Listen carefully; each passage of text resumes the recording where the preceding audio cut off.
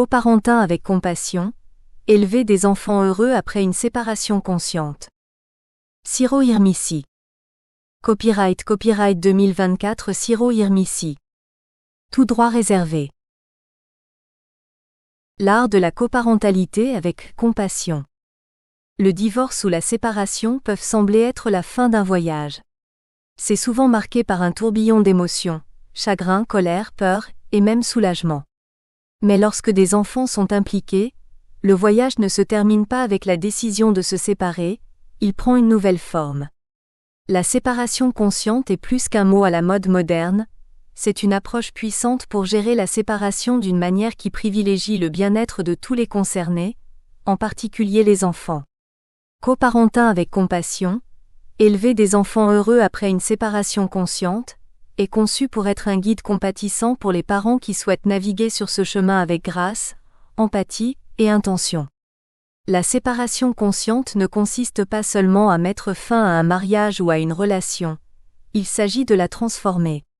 Il s'agit de reconnaître que, bien qu'une relation amoureuse ait pu suivre son cours, une relation de coparentalité ne fait que commencer.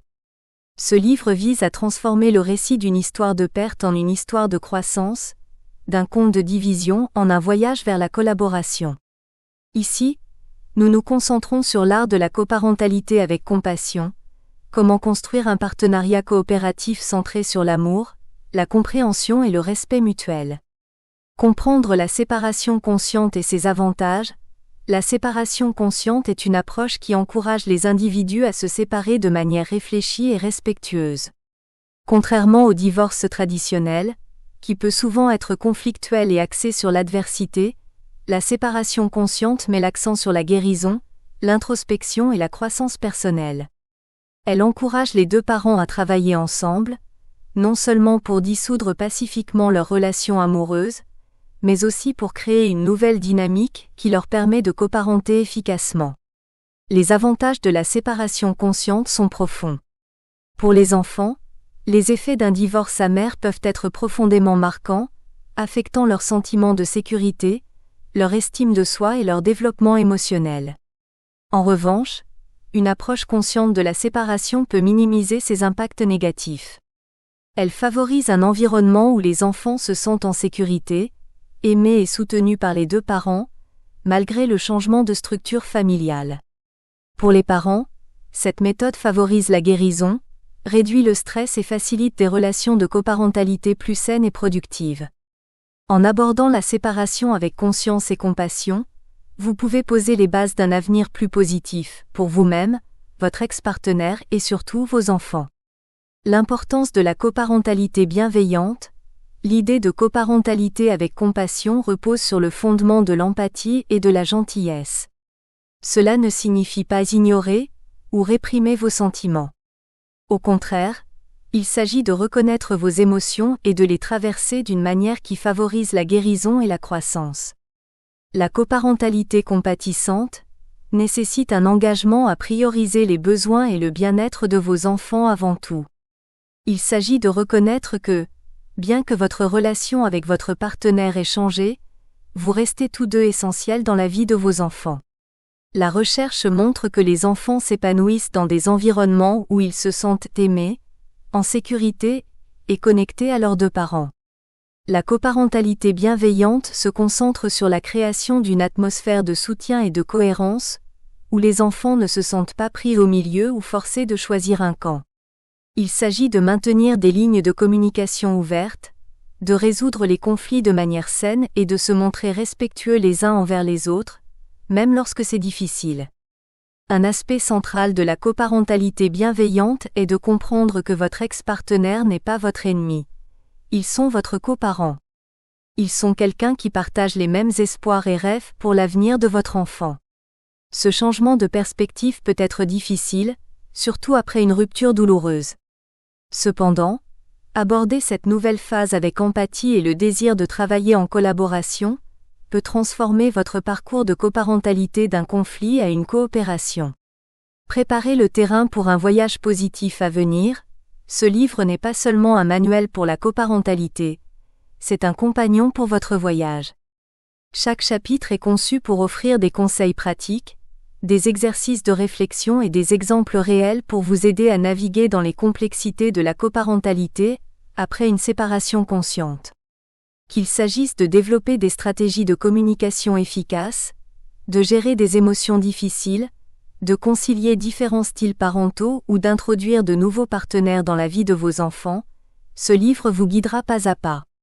Le voyage vers une coparentalité bienveillante commence par l'intention.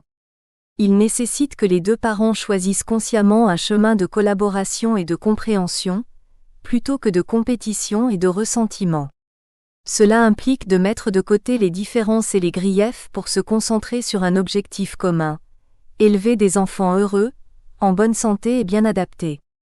Voici ce que vous pouvez attendre de ce livre: clarté sur le concept de séparation consciente. Vous acquérez une compréhension plus profonde de ce que signifie réellement la séparation consciente et en quoi elle diffère d'un divorce traditionnel. Nous explorerons les avantages émotionnels, psychologiques et pratiques de cette approche pour les parents et les enfants. Outils pour une communication efficace. Apprenez à établir une base de communication ouverte, honnête et respectueuse avec votre coparent. Nous aborderons les techniques de résolution de conflits, l'établissement de limites saines et le maintien d'un dialogue positif. Stratégie pour prioriser le bien-être de vos enfants. Découvrez comment garder vos enfants au centre de chaque décision. Nous vous guiderons pour créer un environnement stable et aimant, et répondre à leurs besoins émotionnels pendant et après la transition. Créer un plan de coparentalité personnalisé. Ce livre vous aidera à élaborer un plan de coparentalité adapté aux besoins uniques de votre famille. De la création d'un emploi du temps parental flexible à la gestion des vacances et des occasions spéciales, nous aborderons tout. Gérer les différents styles parentaux et les conflits. Apprenez à naviguer entre les différences de philosophie parentale et à éviter les pièges courants qui peuvent créer des tensions. Nous offrirons des conseils pratiques pour trouver un terrain d'entente et résoudre les conflits. Naviguer dans les changements avec de nouveaux partenaires. Nous vous guiderons sur la manière d'introduire avec sensibilité de nouveaux partenaires dans la vie de vos enfants, en veillant à ce que leur sentiment de sécurité et de stabilité reste intact. Prendre soin de soi pour les coparents. La coparentalité est un défi, et il est crucial de prendre soin de soi en cours de route. Nous discuterons de l'importance du soin de soi, de la gestion du stress et de la création d'un réseau de soutien. Un voyage de croissance et de transformation. Ce livre est une invitation à voir la séparation non pas comme un échec, mais comme une transition, une chance de redéfinir votre relation avec votre coparent et de créer un environnement nourrissant et de soutien pour vos enfants. Le parcours de la coparentalité avec compassion n'est pas sans défi, mais il est riche de récompenses immenses. C'est un chemin qui permet la guérison, la croissance et surtout, l'opportunité d'élever des enfants heureux et équilibrés qui savent qu'ils sont aimés et soutenus par leurs deux parents. Vous n'êtes pas seul dans ce voyage. En parcourant les chapitres de ce livre, vous trouverez des conseils, du soutien et de l'inspiration pour vous aider à surmonter les défis à venir. Ensemble, nous explorerons l'art de la coparentalité avec compassion et découvrirons comment construire une nouvelle dynamique familiale qui soit saine, aimante et pleine d'espoir. Comprendre la séparation consciente et son impact sur les familles. Lorsqu'une relation se termine, cela peut donner l'impression que le sol sous vos pieds a changé. Il y a une perte de stabilité, un changement d'identité, et une vague d'émotions qui peut souvent sembler accablante. Pour les familles avec enfants, la fin d'un mariage ou d'un partenariat à long terme est encore plus complexe. Ce n'est pas seulement deux personnes qui se séparent, c'est la reconfiguration de tout un système familial. C'est là qu'intervient le découplage conscient, un processus qui change non seulement notre approche de la séparation mais aussi notre définition de celle-ci. C'est un terme qui évoque une manière plus réfléchie, respectueuse et finalement compatissante de mettre fin à une relation tout en priorisant le bien-être de tous les concernés, en particulier les enfants. Définir la séparation consciente. La séparation consciente est un concept qui s'éloigne du récit traditionnel du divorce, souvent empreint de blâme, de conflits et de tourmentes émotionnelles. Introduit par la psychothérapeute Catherine Woodward Thomas, La séparation consciente remet en question l'idée que la séparation doit être une bataille. Au lieu de cela, elle promeut la notion qu'elle peut être un processus réfléchi et intentionnel de séparation qui reconnaît la fin d'une connexion romantique, tout en préservant la dignité et l'intégrité des deux partenaires. Au fond, la séparation consciente concerne la conscience et le choix. Elle implique que les deux partenaires décident consciemment de se séparer d'une manière qui minimise la douleur et le conflit. Il ne s'agit pas seulement de la logistique de la division des biens ou de la garde des enfants. Il s'agit de créer un cadre pour la guérison émotionnelle, la croissance personnelle et la communication constructive. Cette approche reconnaît que bien que le lien romantique ait pu se terminer, un autre type de relation, un partenariat de coparentalité, doit émerger pour le bien des enfants. La séparation consciente ne signifie pas qu'il n'y aura pas de douleur, de chagrin ou de difficulté. Ce n'est pas une solution rapide ou un chemin facile. Ce que cela signifie, c'est choisir d'aborder ces défis inévitables avec un état d'esprit de compassion, de respect et de compréhension mutuelle.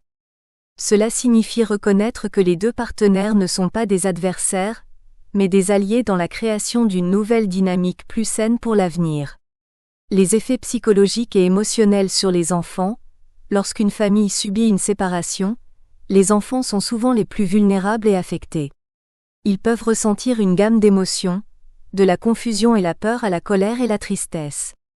Pour les enfants, une rupture n'est pas seulement la fin du mariage de leurs parents, cela peut sembler être la fin de leur monde tel qu'ils le connaissent. Leur sentiment de sécurité, de stabilité, et même d'identité personnelle peut être ébranlé. La manière dont les parents gèrent leur séparation peut avoir un impact significatif sur la façon dont les enfants font face à ces changements.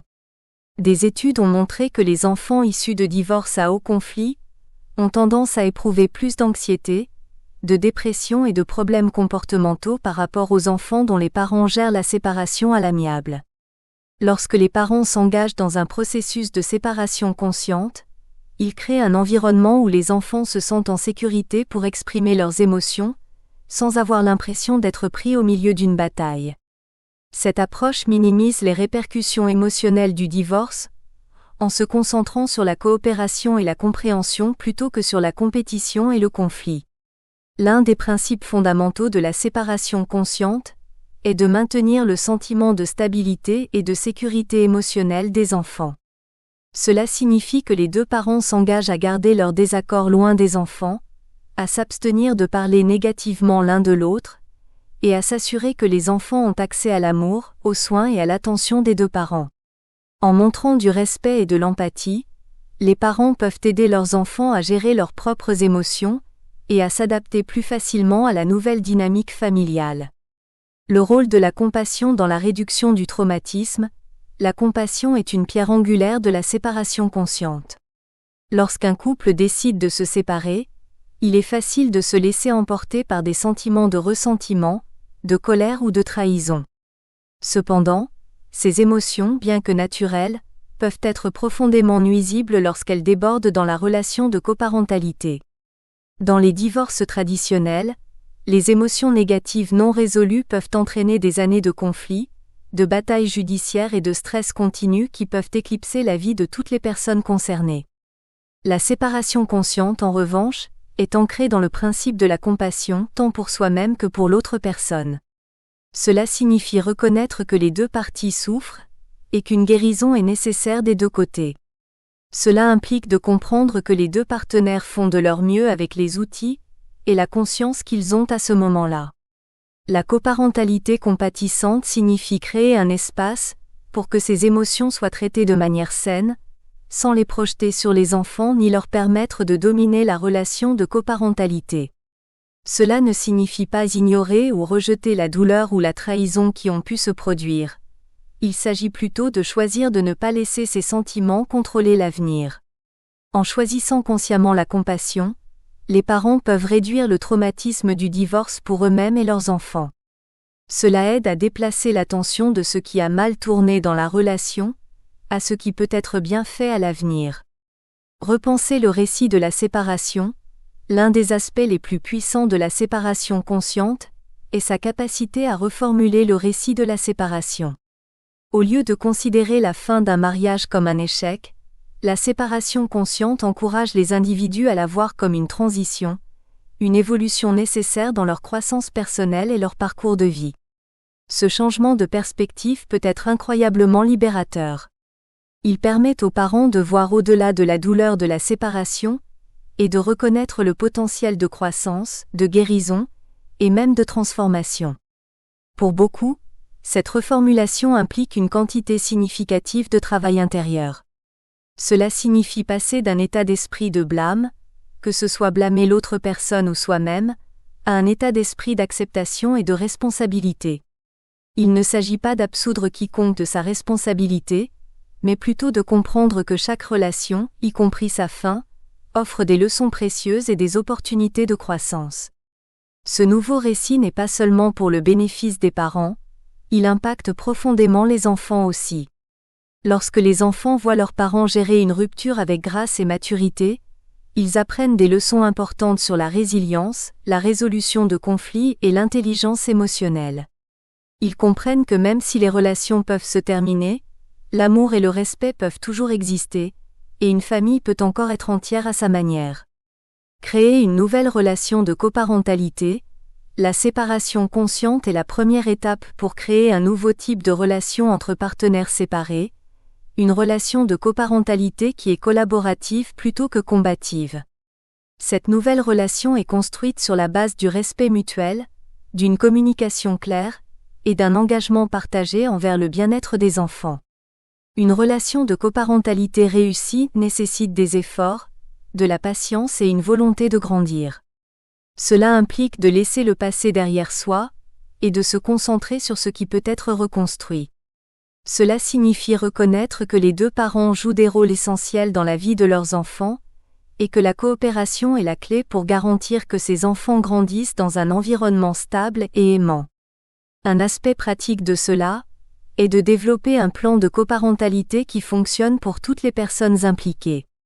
Ce plan doit être suffisamment flexible pour s'adapter aux changements à mesure que les enfants grandissent et que les circonstances évoluent, mais suffisamment structuré pour offrir cohérence et prévisibilité aux enfants. L'objectif n'est pas de contrôler rigidement chaque aspect de la coparentalité, mais de créer un cadre qui soutient le bien-être de la famille. Le pouvoir transformateur de la séparation consciente. La séparation consciente n'est pas une décision ponctuelle mais une pratique continue. Elle exige que les deux parents choisissent continuellement la compassion, l'empathie et la coopération, même lorsque c'est difficile. C'est un voyage qui, bien que difficile, offre le potentiel d'une transformation personnelle et familiale profonde. Les parents qui se séparent consciemment découvrent souvent qu'ils deviennent non seulement de meilleurs coparents, mais aussi de meilleures versions d'eux-mêmes, plus conscients, plus compatissants et plus résilients. En choisissant la séparation consciente, vous vous engagez à aborder votre séparation avec intégrité et soin. Vous choisissez de protéger le bien-être émotionnel de vos enfants et de leur donner un exemple positif. Vous choisissez d'avancer non pas dans le conflit, mais dans la collaboration, non pas dans l'amertume mais dans la croissance. C'est le pouvoir transformateur de la séparation consciente, un pouvoir qui peut changer non seulement le récit de votre séparation, mais l'histoire de l'avenir de votre famille. Au fur et à mesure que nous avançons dans ce livre, chaque chapitre fournira plus d'aperçus, de stratégies pratiques et de conseils sur la façon de coparenter avec compassion après une séparation consciente. Nous explorerons comment construire une base solide de communication, donner la priorité au bien-être de vos enfants, gérer différents styles parentaux, et plus encore. C'est votre voyage pour redéfinir ce que signifie être une famille après une séparation, et cela commence par la compréhension, l'empathie, et un engagement à faire ce qui est le mieux pour vos enfants. Bienvenue à la première étape de ce voyage. Établir une base de communication. La communication est le pilier de toute relation, mais elle devient encore plus cruciale dans le contexte de la coparentalité après une séparation. Lorsque les parents décident de se séparer consciemment, l'une des premières étapes vers un partenariat de coparentalité réussi est de construire une base de communication efficace. Contrairement à la communication que vous avez pu avoir pendant la relation, qui pourrait avoir été obscurcie par des problèmes non résolus, des déclencheurs émotionnels ou des malentendus, la communication en coparentalité doit être claire, respectueuse et surtout, axée sur le bien-être des enfants. Le pouvoir d'une communication saine entre coparents, dans une séparation traditionnelle, la communication peut souvent se détériorer en une série de confrontations et de disputes. Les émotions sont à vif, et il peut être facile de retomber dans de vieux schémas de blâme, de cris, ou d'évitement des conversations difficiles. Cependant, la séparation consciente invite à une approche différente, où la communication ne consiste pas seulement à transmettre des informations, mais à favoriser un partenariat collaboratif qui priorise les besoins des enfants. Une communication saine entre coparents ne consiste pas à être parfait ou toujours d'accord. Il s'agit d'être intentionnel, honnête et respectueux. Cela implique d'écouter autant que de parler, de comprendre autant que d'être compris. Ce passage d'une communication conflictuelle à coopérative peut être difficile, surtout si la séparation a été précédée de conflits. Pourtant, en s'engageant dans une nouvelle manière d'interagir, les parents peuvent transformer leur relation en une relation productive et solidaire. Une communication efficace est valorisante. Elle permet aux deux parents d'exprimer leurs besoins, préoccupations et attentes de manière constructive plutôt que destructrice. Lorsque la communication est claire et intentionnelle, elle réduit les malentendus et minimise les conflits, créant un environnement plus stable pour les enfants. Cette base de communication saine devient le socle sur lequel reposent tous les autres aspects de la coparentalité. Créer une nouvelle dynamique de communication. Pour établir une base solide de communication, les deux parents doivent être prêts à abandonner les vieilles habitudes et à créer une nouvelle dynamique qui sert leur relation de coparentalité. Cela commence par fixer l'intention de communiquer avec gentillesse, clarté et respect. Cela signifie être conscient de son ton, de son langage corporel et des mots que l'on choisit, surtout lorsque les émotions sont fortes.